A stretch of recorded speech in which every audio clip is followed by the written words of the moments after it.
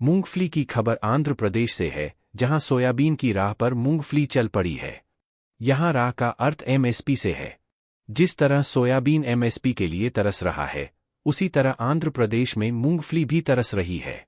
ये हालत तब है जब देश में खाद्य तेलों के भाव आसमान छू रहे हैं।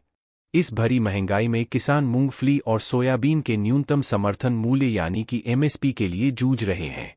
आंध्र के कुर्नूल इलाके में हालत ये हो गई है कि कम भाव के चलते किसान मूंगफली की खेती छोड़ने लगे हैं। कुर्नूल और नंदयाल जिलों के किसान बेमौसमी बारिश और गिरते बाजार मूल्यों के कारण मूंगफली की खेती से भाग रहे हैं।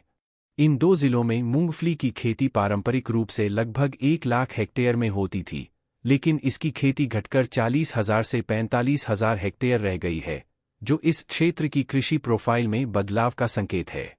कुर्नूल जिला अनंतपुर के बाद राज्य में मूंगफली का दूसरा सबसे बड़ा उत्पादक है, लेकिन इसे कई चुनौतियों का सामना करना पड़ रहा है।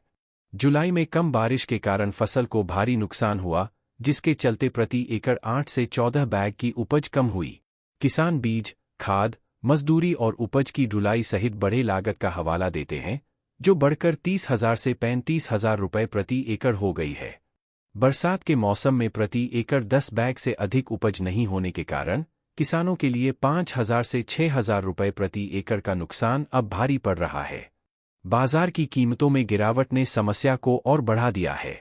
3 महीने पहले मूंगफली की कीमत 7,000 रुपये प्रति क्विंटल से अधिक थी, लेकिन अब कीमतें 5,000 से 6,000 रुपये प्रति क्विंटल के बीच हैं।